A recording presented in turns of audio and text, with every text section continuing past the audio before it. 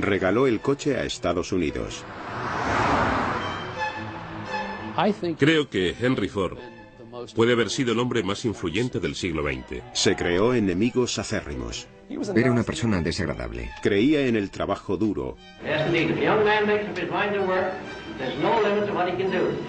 Y exigía trabajo duro. Para trabajar en la Ford tenías que olvidarte de tu dignidad, tu humanidad. Recibió elogios de todo el mundo, desde el presidente Herbert Hoover hasta del enemigo público número uno John Dillinger. Fue un hombre que cambió nuestro estilo de vida. Fue un mito estadounidense que nos dio la producción en cadena, el modelo T, el V8 y los atascos de tráfico. Es por culpa de mi bisabuelo. Henry Ford.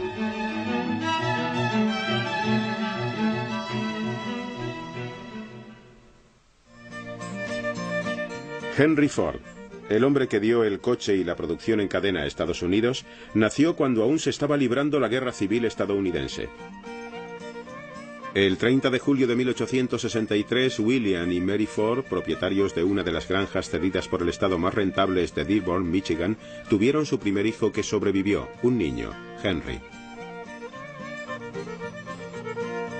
A Henry Ford no le gustaba la difícil vida en la granja en la que había nacido, pero al menos la escuela local, con solo un aula, le ofrecía un modo de escapar de las largas horas y de las interminables labores que dicha vida requería.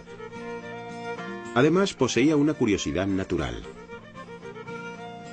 Henry Ford era un mecánico de nacimiento, poseía una habilidad innata. Uno de los primeros momentos en los que hizo gala de dicha habilidad fue cuando, con motivo de su 13º cumpleaños, le regalaron un reloj. Como otros muchos niños que querían saber el funcionamiento de las máquinas, Henry desmontó el reloj, pero al contrario que la mayoría, fue capaz de volver a montarlo. Desgraciadamente, en 1876 el tranquilo mundo de Ford se vino completamente abajo. Su amada madre, Mary, murió durante un parto. Henry tenía 12 años. La pérdida lo dejó sin norte. Existe una historia sobre la primera vez que Henry vio una máquina de trabajo. Esto ocurrió justo después de la muerte de su madre. Y los psicólogos se preguntan si acaso esto no provocó algún efecto. Si estos dos hechos no estarían relacionados. Iba paseando con su padre y vieron una máquina de granja, una de las que se utilizaban entonces, que se acercaba hacia ellos, pero con una particularidad. Se movía sola porque el ingeniero había colocado una cadena desde el eje hasta la rueda. Era como un motor de autopropulsión muy rudimentario, pero para Henry Ford fue el gran descubrimiento. Fue entonces cuando Ford descubrió que quería trabajar con máquinas. Así que a los 16 años dejó la granja y recorrió los 14 kilómetros que lo separaban de Detroit.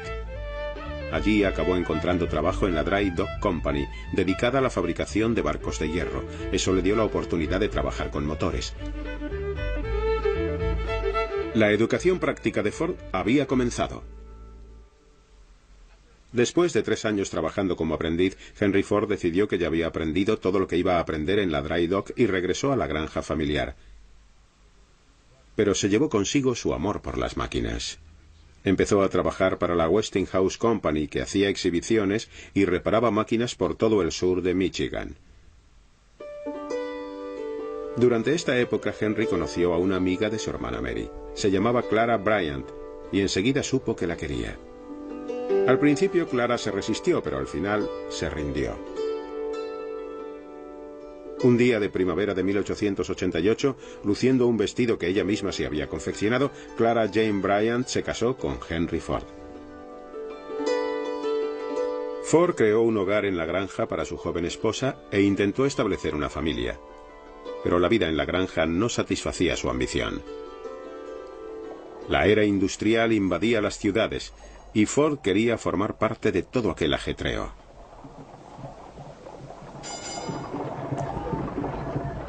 En un viaje a Detroit se despertó el interés de Ford por los automóviles propulsados con gasolina, como este construido por los hermanos Dodge de Springfield, Massachusetts. Se estaba produciendo una revolución y Ford quería participar de ella. En 1891, Henry Ford se traslada con su joven esposa a Detroit para trabajar en la Edison Illuminating Company. donde empezó a ascender rápidamente, llegando a doblar su salario inicial cuando fue ascendido a ingeniero jefe. El incremento en la renta sirvió de gran ayuda. El 6 de noviembre de 1893, Clara Ford dio a luz a un robusto niño, Edsel Bryan Ford. Con la inspiración renovada, Ford se dispuso a construir el vehículo propulsado con gasolina que llevaba tiempo rondándole en la mente. Henry Ford disponía de una capacidad de concentración enorme. Cuando trabajaba en un proyecto se convertía en una especie de profesor chiflado. Así, cuando construyó su primer motor de combustión interna, su propia versión de estos motores, estaba tan dedicado a su trabajo que se lo llevó a casa la noche de Navidad, cuando su pobre esposa estaba preparando el pavo y el resto de la comida. Cuando llegó, plantó el motor en medio de la cocina, lo metió en el fregadero y obligó a su mujer, que tenía las manos llenas de grasa y eso, a que le echara gasolina por la parte de arriba. Él conectó los cables y arrancó la máquina. Sobra decir que llenó la cocina de asfixiantes nubes de humo. En un cobertizo detrás de su casa, el automóvil de Ford cobraba forma poco a poco. Con la ayuda de algunos amigos de la Edison Company, empezó a construir el vehículo que él llamó cuadriciclo. Dicho nombre se debió a una buena razón. Su planteamiento era colocar dos bicicletas juntas y propulsarlas con un rudimentario motor de gasolina.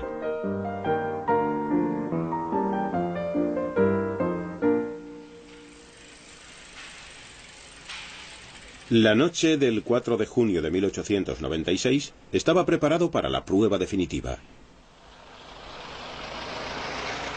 Aparte de la avería, el viaje fue un éxito. Henry Ford había construido su primer coche. Solo 3 años después se hizo con un patrocinador local para una carrera por Detroit. Cuando terminó la carrera, el negocio estaba firmado. La Detroit Automobile Company se inauguró con Ford como jefe de mecánicos. Pero la aventura solo duró 1 año. Ford era capaz de arrancar un coche, pero no de fabricar el número de coches suficientes para que arrancara su empresa. Sin embargo, no se desanimó. Al contrario, trazó un nuevo plan: construir un coche de carreras. Ford veía las carreras como un modo de correr el rumor sobre sus coches y dar a conocer el nombre de sus vehículos. Esa fue una de las razones por las que acabó rompiendo con sus patrocinadores en su segunda empresa. Porque se cansaron de su afición a las carreras, querían que se dedicara expresamente a la producción de coches. Pero Ford no dejó de correr, y gracias a su fama, consiguió la financiación que necesitaba para crear la Ford Motor Company. Diseñó el primer coche de su empresa y se dispuso a solucionar los problemas de producción que lo habían invadido en el pasado.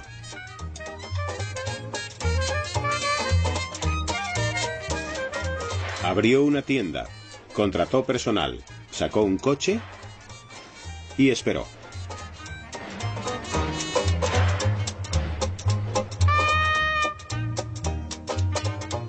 En julio de 1903, Ford vendió su primer coche, un modelo A un dentista de Chicago. El 2 veces fracasado Henry Ford, ahora a sus 40 años, estaba a punto de vivir un éxito más allá de lo que jamás pudo imaginar.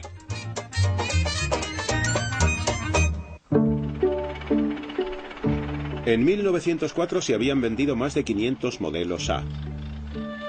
Henry Ford, que en la foto aparece con su hijo Edsel, celebró su éxito comprándose su primer traje de etiqueta.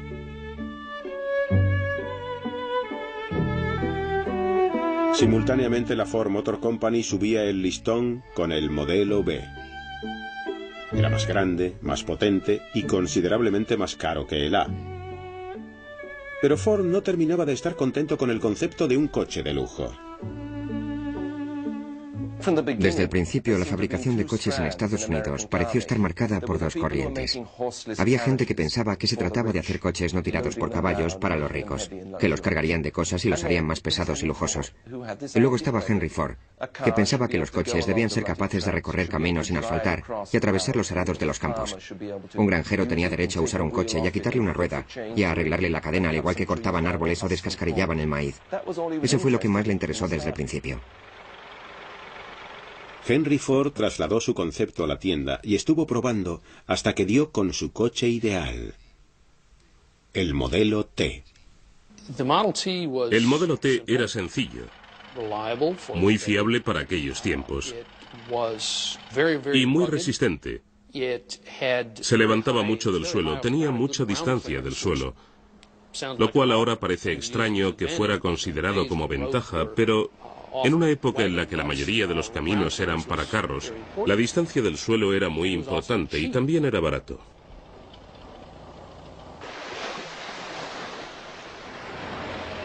El modelo T resultó un sorprendente éxito.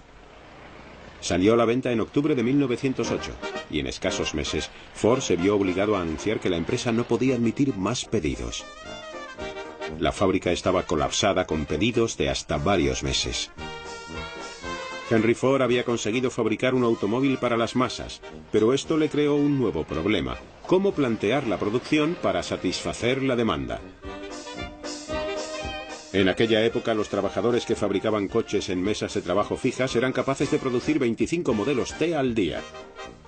Pero 25 no eran suficientes, así que Henry Ford y sus ingenieros idearon un método revolucionario: la cadena de montaje móvil.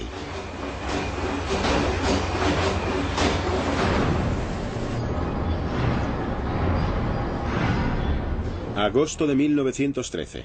Se pone en movimiento un chasis en la planta de Highland Park de Ford.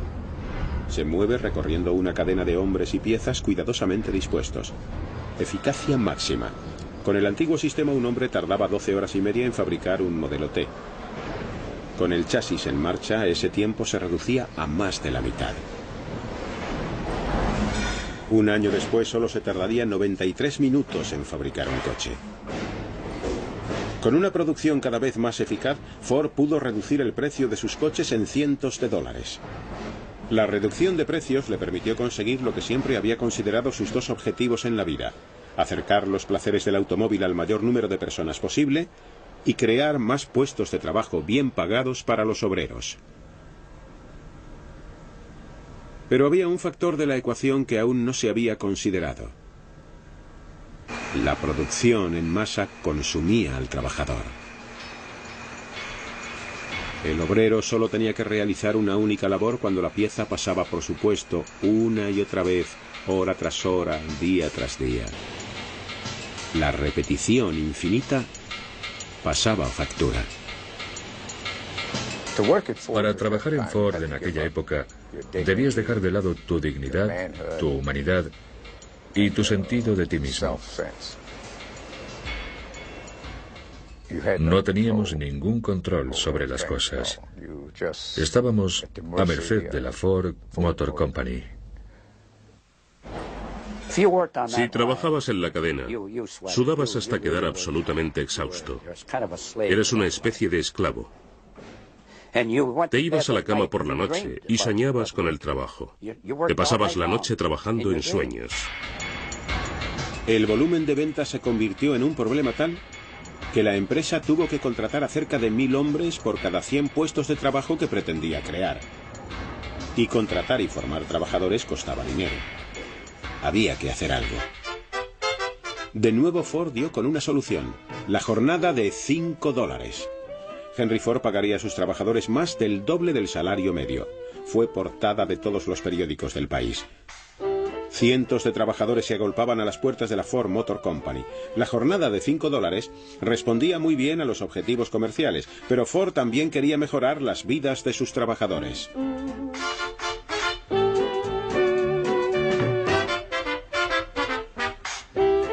Henry Ford había experimentado dos buenas dosis de éxito, primero con el modelo T y luego con la jornada de $5. Con la seguridad que suponía el beneplácito de la opinión pública, empezó a considerar iniciarse en otros asuntos. Con una guerra recién estallada en Europa, Ford lo intentó con la política internacional.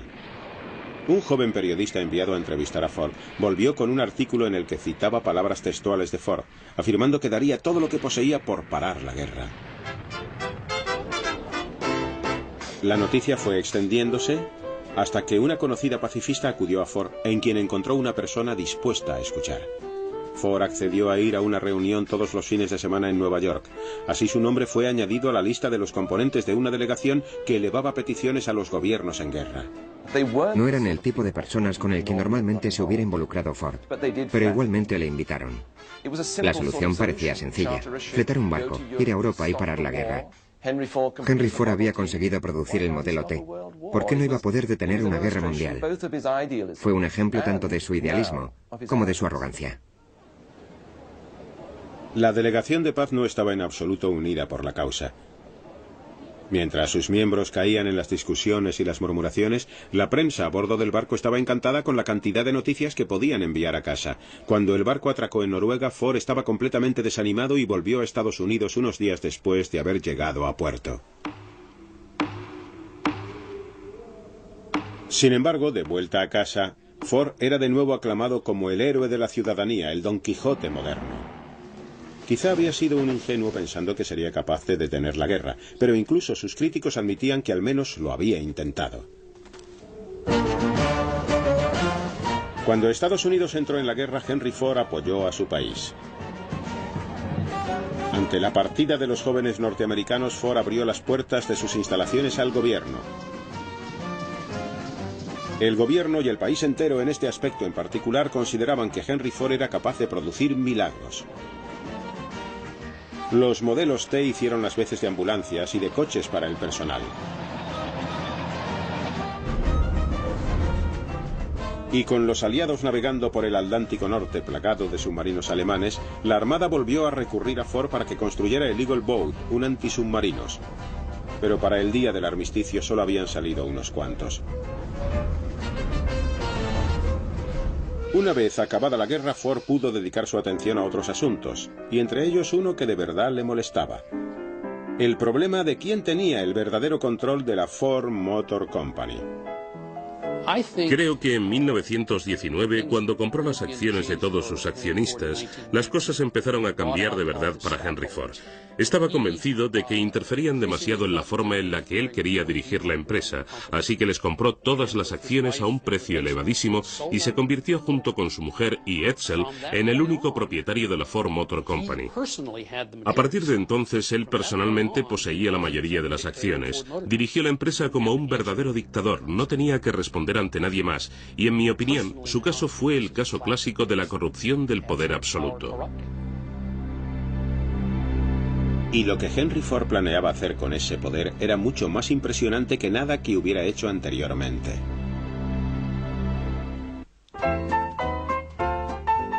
El hombre inteligente y estricto que dirigía la Ford Motor Company no se parecía en absoluto a aquel que era en su casa con su familia. Recuerdo que mi bisabuelo era muy alto y delgado y tenía una increíble fuerza en las manos. Me acuerdo de eso porque siempre que íbamos a verlos, primero me daba la mano y luego un beso, me saludaba y yo pensaba: Dios mío, me ha roto algún hueso.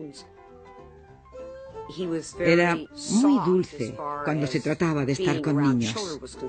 No se pasaba el día con no hagas esto o no hagas lo otro.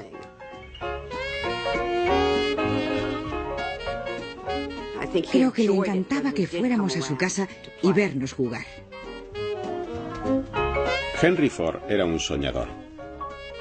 Una vez adquiridas las acciones de los otros accionistas, fue libre para hacer con la Ford Motor Company todo lo que su imaginación le dictara, y eso a menudo iba mucho más allá de la simple fabricación de coches. También construyó el tractor Fordson e intentó poner la aviación al alcance de todo el mundo con un avión pequeño y barato de un solo pasajero. Henry Ford trabajó en una primera ruta de mensajería aérea y en los primeros vuelos de pasajeros regulares promovidos por los chicos de Our Gang, nuestra banda. Construyó y fundó varias escuelas experimentales. Y en el Edison Institute de Greenfield Village, el Museo de Ford y la restaurada American Town rindió tributo al espíritu de la innovación, honrando a personajes tan grandes como su amigo Thomas Edison. Pero el más grande de todos los sueños de Ford fue la Rouge. Una planta que era en sí misma una máquina gigantesca. La construyó en la margen del río Rouge, en Dearborn, Michigan, y pasó a ser el complejo industrial más grande de la Tierra en aquel momento.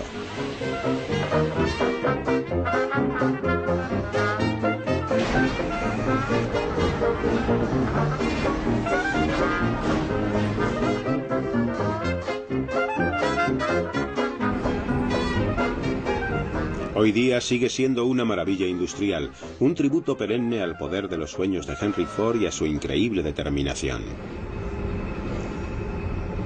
Cuando se pusieron en marcha por primera vez los hornos de la Rouge, Henry Ford volvió a ofrecer al público su pensamiento, pero esta vez marcado por el antisemitismo.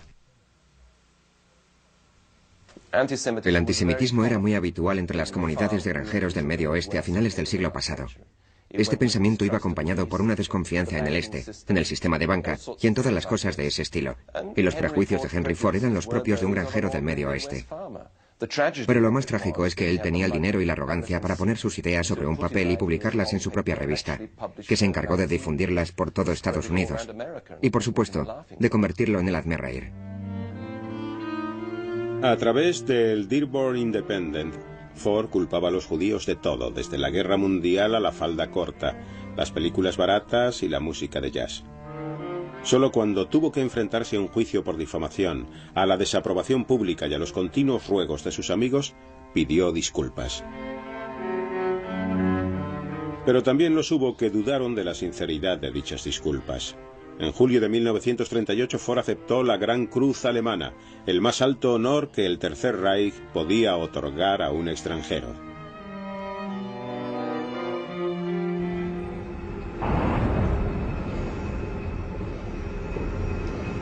Los años 20 proseguían y los trabajadores de la Ford no dejaban de lanzar miles de modelos T al mercado. Pero Henry Ford empezó a darse cuenta de que se estaba quedando anticuado. Le gustaban los Estados Unidos de antaño. Nunca se sintió cómodo en el mundo moderno que él mismo había ayudado a construir. Su hijo Edsel, por aquel entonces su segundo de a bordo, pertenecía a una generación completamente distinta. Le gustaba el jazz, el arte contemporáneo y las recepciones ocasionales. Pero Henry Ford era abstemio. Prefería observar los pájaros y el baile country de antes. En esta extraña película, Ford demuestra lo lejos que está dispuesto a llegar para popularizar todos esos antiguos pasos. Era capaz incluso de bailar con un ejecutivo de la Ford como compañero.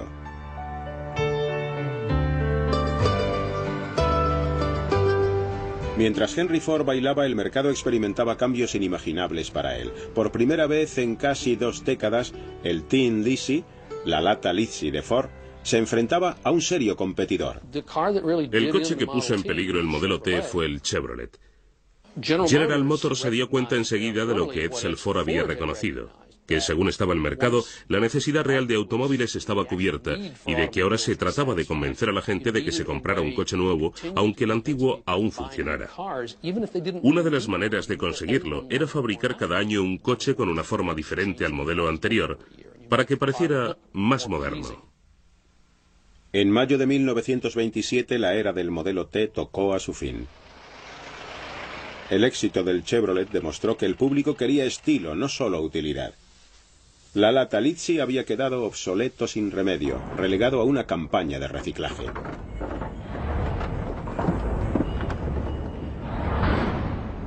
Durante años la Ford Motor Company se había dedicado a un solo objetivo, producir modelos T, pero el mercado exigía un cambio. Edsel fue el único que supo convencer a su padre, Henry Ford, de que tenían que volver a sacar el modelo A porque, bueno, el modelo T era un coche estupendo, pero llevaban fabricándolo 20 años y no habían incorporado apenas cambios. Y un cambio era justo lo que Ford necesitaba, pero llegó a un precio. Miles de trabajadores de Ford fueron despedidos. Tuvieron que quedarse sentados en sus sillones, mientras Henry Ford trataba de imaginar un modo de recuperar su posición en el mercado. A los 64 años tuvo que empezar de cero, pero el anciano propietario estaba preparado para el reto. Con el lanzamiento de un moderno modelo A, la Ford Motor Company resucitó a toda marcha. El modelo A era un coche magnífico. No era revolucionario como el T, no era un coche que sobrepasara las fronteras del diseño de automóviles, pero era increíblemente moderno, actual. El modelo A resultó todo un éxito para la sociedad de Henry y Edsel Ford. Durante años su relación había ido enfriándose. Henry quería que su hijo fuera más estricto, más tajante, y creía que contradiciendo públicamente las decisiones de su hijo y manifestando su desacuerdo con él cada vez que tenía oportunidad, provocaría la reacción de Edsel. Creo que era una persona más débil. No tenía esa fuerza.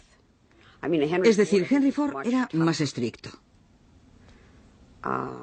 Edsel era un hombre más agradable, pero siendo agradable, no necesariamente se llega lejos. Sin embargo, con el éxito del modelo A, Henry y Edsel Ford fueron en la misma dirección.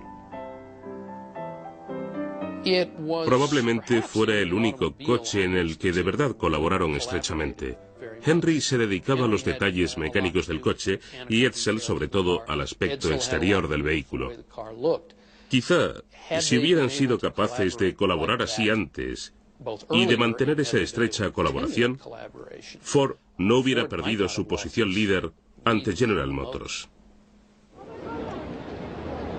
Octubre de 1929. De Wall Street llegan noticias alarmantes. La bolsa ha entrado en crisis. Millones de personas se quedan sin trabajo. Por supuesto, la enorme fortuna personal de Ford lo mantiene al margen de la depresión por la que atraviesa el país. Normalmente, hablar en público dejaba paralizado a Ford, pero en esta ocasión reúne a sus amigos Thomas Edison y Harvey Firestone en un histórico programa de radio para dar su opinión acerca de la depresión.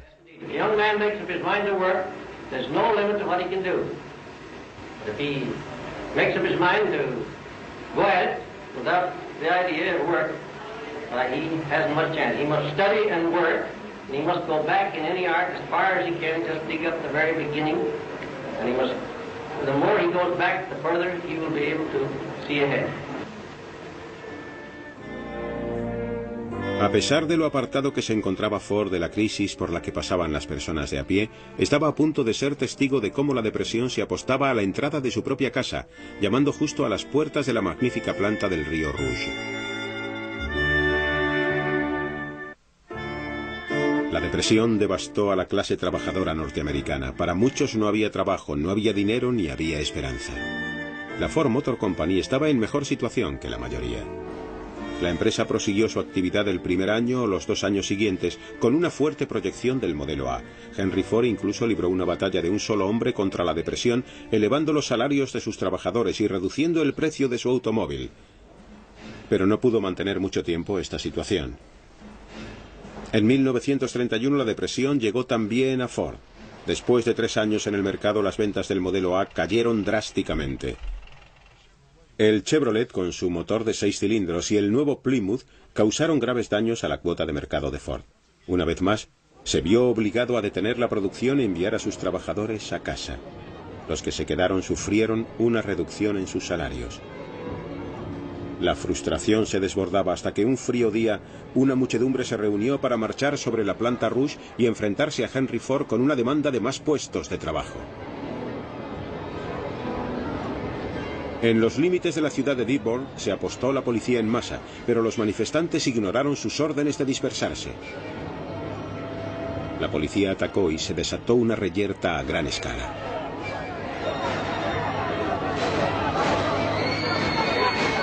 Al final, los disparos de pistola consiguieron dispersar a la multitud.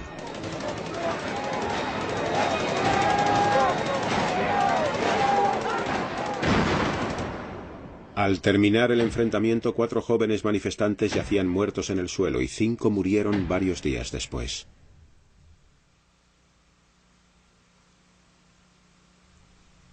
No hubo nuevos puestos de trabajo. Lo que sí acabó devolviendo a los trabajadores a la planta Rouge fue otra de las inspiraciones de Ford, el Ford V8. El V8 fue el gran triunfo de Ford. Chevrolet había sacado el motor de 6 cilindros, más potente que el de 4 de Ford.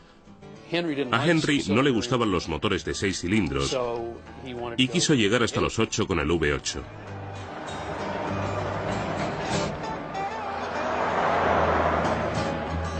El V8 era un descapotable de 2 plazas capaz de recorrer de 115 a 130 kilómetros por hora y si le quitabas la capota aún corría más. De todo el mundo llegaron elogios que rendían tributo al regreso del genio de Ford. Las cartas de sus admiradores incluían además algunas sorpresas.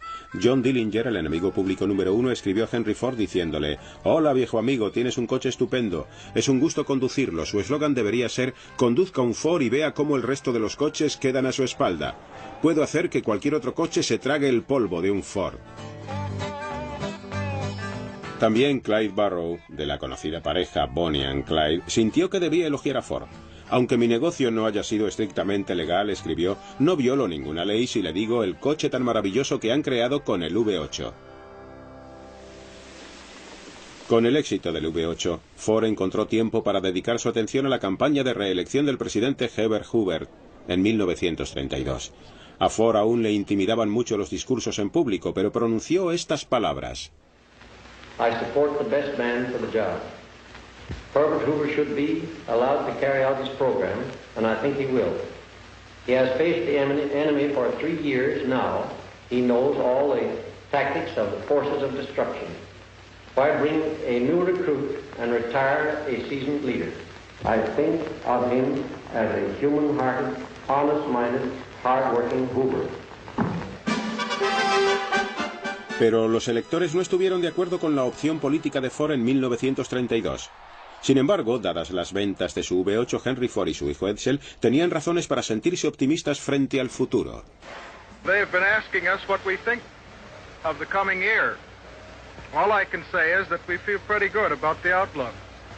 The United States, even when it is running in low, is a pretty big business proposition. But I believe the country is getting ready to make a very decided step forward next year, and we are doing all that we can to help it along. What do you think of that, Father? Well, I think everybody's decided that they've got to go to work. And I think from now on, that there's no one can stop this great country from going ahead. Y los que volvieron a trabajar a la Ford fueron testigos del enfriamiento de las relaciones laborales. Henry Ford declaró que un hombre medio no realizaba una jornada completa de trabajo a menos que estuviera vigilado y no pudiera evadirse. Dentro de sus plantas lo dispuso todo para que todo el mundo cumpliera con su trabajo. Los supervisores de Ford, muchos de ellos exconvictos y boxeadores, dirigían la planta sirviéndose del miedo y la coacción. Cuando se necesitaba más producción, sencillamente se aceleraba la cadena y que Dios ayudara a aquel trabajador que no era capaz de llevar el ritmo. El trabajo era muy duro. Solía llegar a casa tan cansado que mi mujer tenía que frotarme las manos porque trabajábamos mucho con ellas y me las frotaba con fuerza. Yo me quedaba dormido. Me dormía leyendo el periódico. Era muy joven. ¿Cómo era mi trabajo en Ford? Nunca he estado en el infierno, pero debe de parecérsele mucho.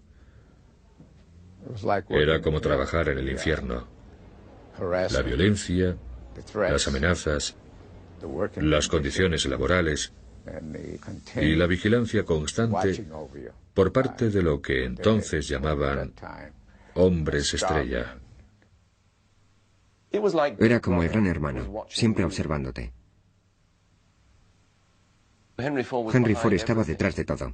En los años 30 encubría lo que estaba haciendo a través del llamado Departamento de Servicio, tras el que también se escondían los matones contratados por Ford para atemorizar a los trabajadores. Pero sin duda eso era lo que quería Henry Ford. Se había hecho mayor, sus arterias se habían entorpecido y con ello su espíritu. Era un hombre muy distinto al idealista que puso la empresa en marcha. Ford y sus trabajadores habían recorrido un largo camino juntos.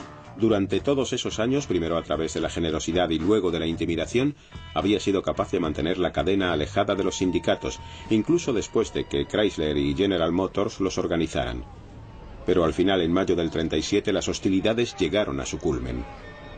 Los organizadores sindicales liderados por Walter Reuther y Richard Frankenstein recibieron un permiso para entregar panfletos en Ford. Lo hicieron desde el paso elevado que llevaba a la planta, pero tuvieron que enfrentarse a los miembros del Departamento de Servicio de Ford.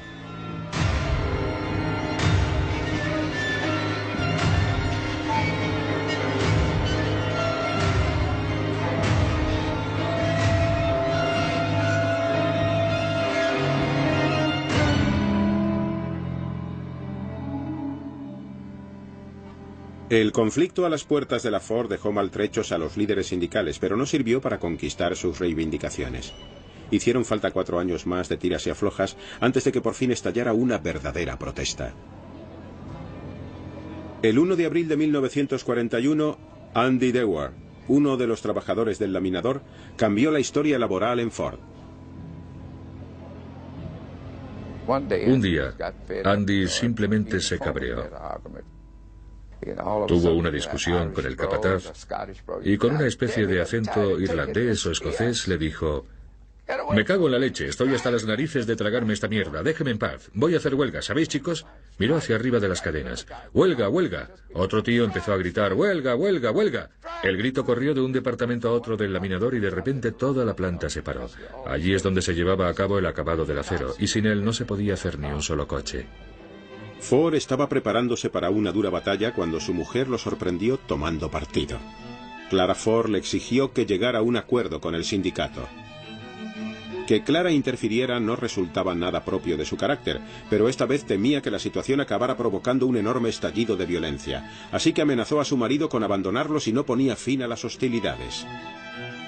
Ford llamó a su representante y le dijo que firmara. Eso fue todo. La Ford Motor Company contaba ya con sindicato.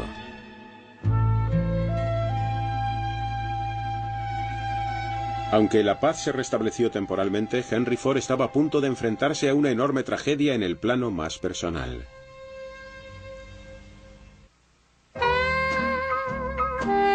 Edsel Ford había sido presidente de la Ford Motor Company desde que tenía 25 años, pero nunca hubo dudas respecto a quién llevaba las riendas. Henry Ford era ingeniero y manitas. Edsel era un hombre completamente diferente. Era un caballero.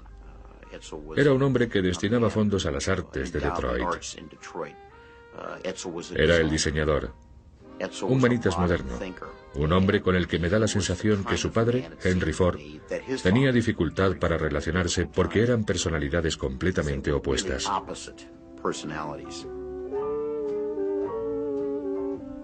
Creo que los libros de historia siempre considerarán al primer Henry Ford como el creador de la empresa, como el absoluto creador, y pienso que así se infravalora Edsel Ford.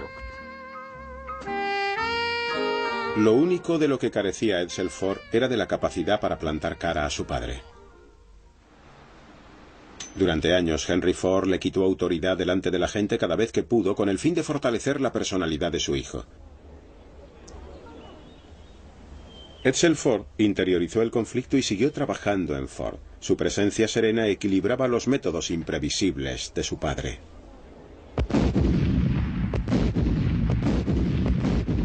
Cuando estalló la Segunda Guerra Mundial, los aliados sufrieron una derrota tras otra.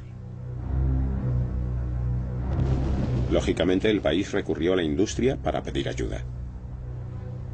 Se esperaba que cada uno aportara su granito de arena.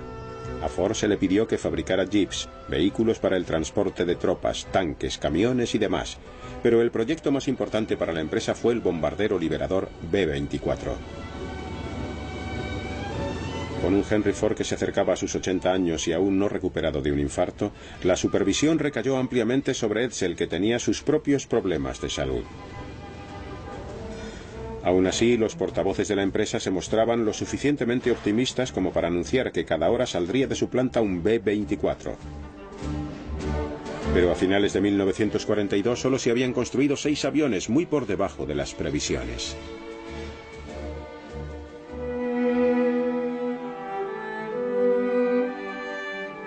En mayo de 1943, Edsel Ford murió.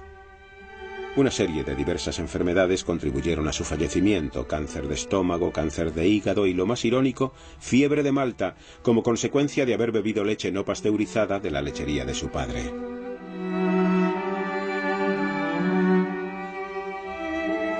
Se dice que Henry Ford nunca fue el mismo tras la muerte de su hijo.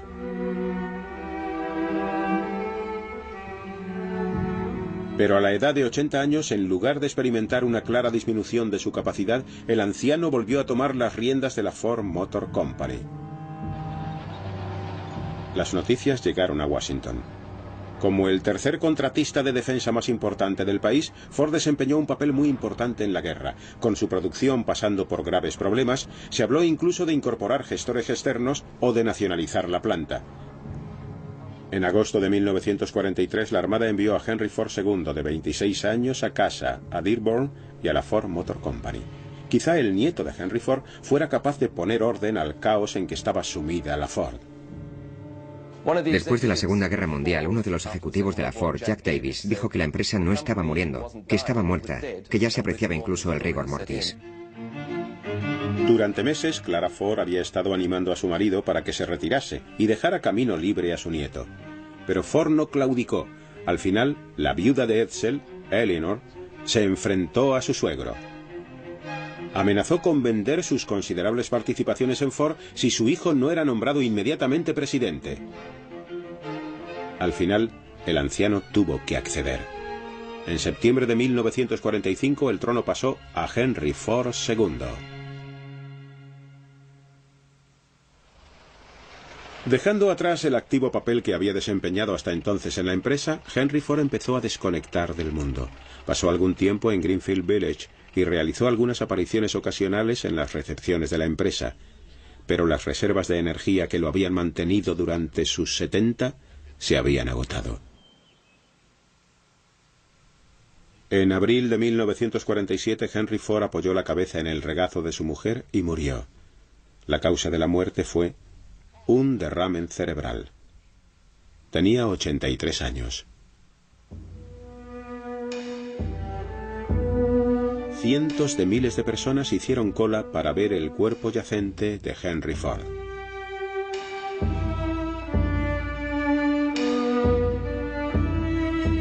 Algunas fábricas cerraron. Otras guardaron minutos de silencio. En total se calcula que cerca de 7 millones de trabajadores demostraron sus respetos al hombre que había cambiado irrevocablemente sus vidas.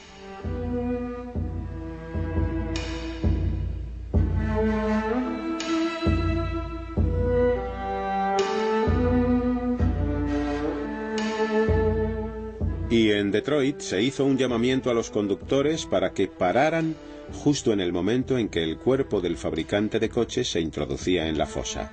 Durante ese segundo en que todos los automóviles pararon, Detroit volvió a ser como Henry Ford la había conocido.